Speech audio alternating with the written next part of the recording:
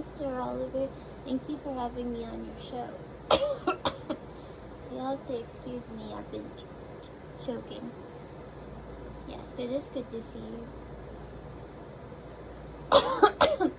I wanted to thank you for doing the latest segment on autism and how people once believed that it was caused by vaccines. I wanted to tell you a very small insight I have on that and why people may think it is from vaccines, but it's not. Ever since I was little, very small, every time I'd get a flu vaccine, I felt it, and it felt awful. And felt sick afterwards. But then I'd be okay. All my life, any vaccine I've ever had, I feel really awful. So sometimes extremely awful. But in a couple days, I'm better. I wonder if children that have brain anatomy like me or neurological problems that can't speak or are very young have those reactions, but may already have autism or neurological effects that we don't know of, and what the parents are witnessing is their child being sick, and maybe they put those together. But vaccines save lives, and what's so important is a lot of people with neurological findings need vaccines because they have weakened immune systems or weakened lungs or respiratory systems like I do. So they do save our lives.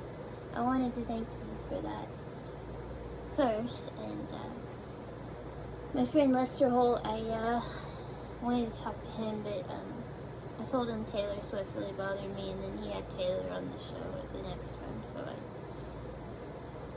I really like your show, and I thought, if you don't mind, I would like to chat with you. I don't think they like me talking to you. On the way to rehab, I would play on my phone, and they would turn the music up louder. It's probably because you're not a misogynist. Most men in my life are. So I see you as a friend. Since I had that incident with the mammogram with Taylor, I've had more tics and Tourette's since then. And I'm hoping I can get back to my normal. I'm sorry if I'm real tickish. Yes, you may say that in a British voice. Tickish. Yes, tickish. See, one which has ticks but has ticks. Yes. I do have both. I have leeches in my life and I have ticks. Yeah. Why do I keep going? I want to do it for people like me, and I feel like there is an end coming soon, and I won't stop because it is my belief to keep going, and that I feel like God wants me to keep going for people like me that are sick. And yeah, right.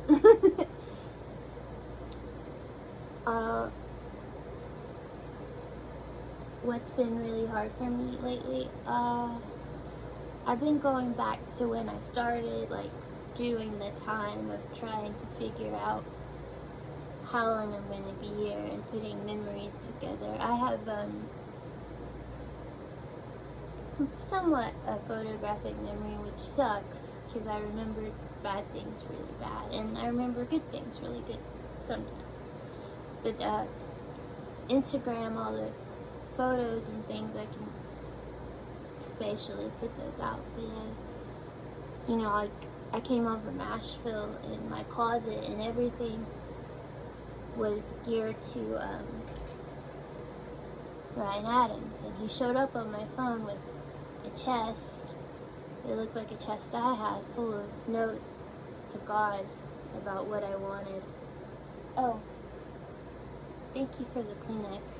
so nice of you, Mr. Oliver. So, like,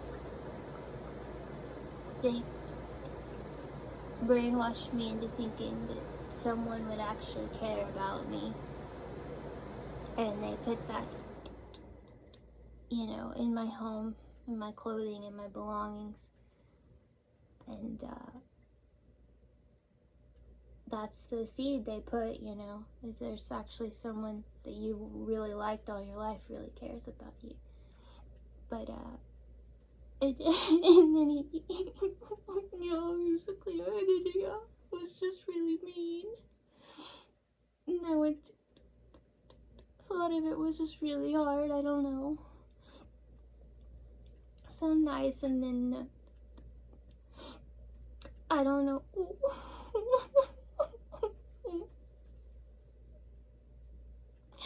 And I went to his concert, and then they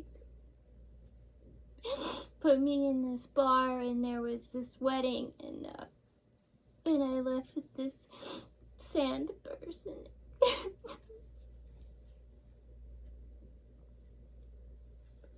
And then they said, I was supposed to be with Brad Pitt. He's my husband, but I was too ugly for it. Yeah, misogyny for sure. And then I find out now that nobody ever, they're all actors, Mr. Oliver.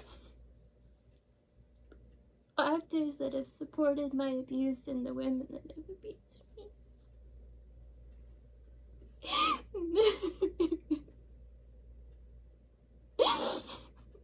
With the autism, I believe everything is very literal, so I thought they were being real with me.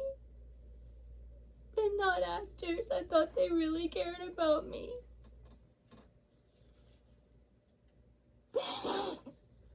And it kills me to think that people I think of heroes are soulless.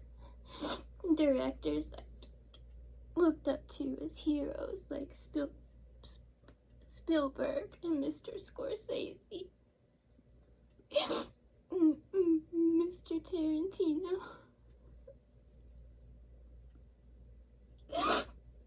Mr. Anderson. No. Thank you. I'll have another Kleenex.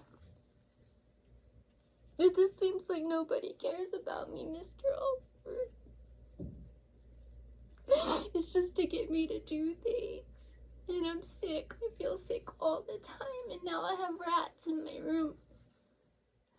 I have problems swallowing it. If I complain or ask for things, it's chilly or cold. I want to move.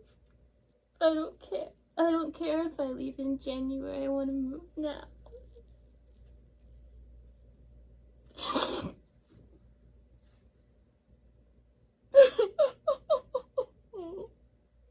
What would you tell Wanda? This is shitty.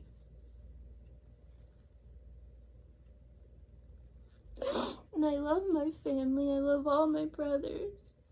I love my mothers and my fathers. I know. Yeah, I know.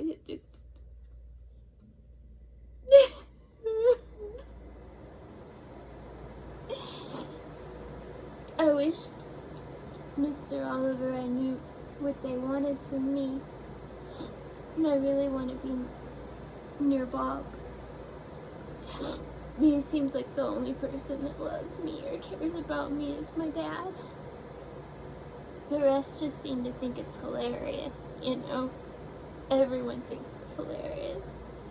The men that have hurt me, the women, the directors, my mom. The only person that seems like is upset about it is Bob.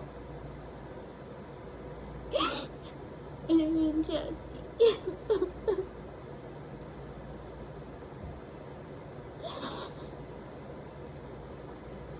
No, I just don't know why anyone would be so mean to promise such big things.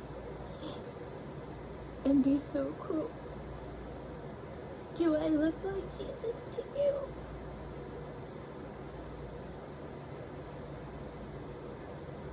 I'm pretty sure Andrew Garfield wasn't sexually harassed and got body parts hurt when he filmed Silence.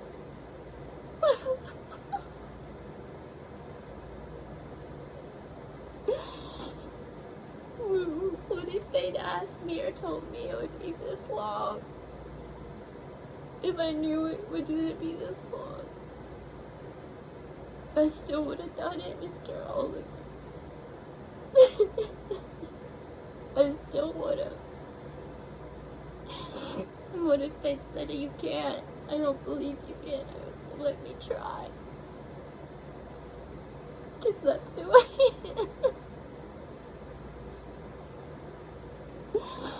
And it kills me to know my heroes have hurt me. And you know who they are.